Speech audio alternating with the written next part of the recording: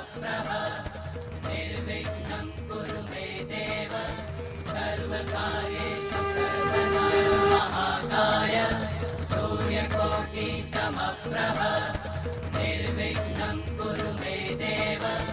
सर्वकार्येषु सर्वदा वक्रतुण्ड महाकाय सूर्यकोटि समप्रभ निर्विघ्नं कुरु मे देव सर्वकार्येषु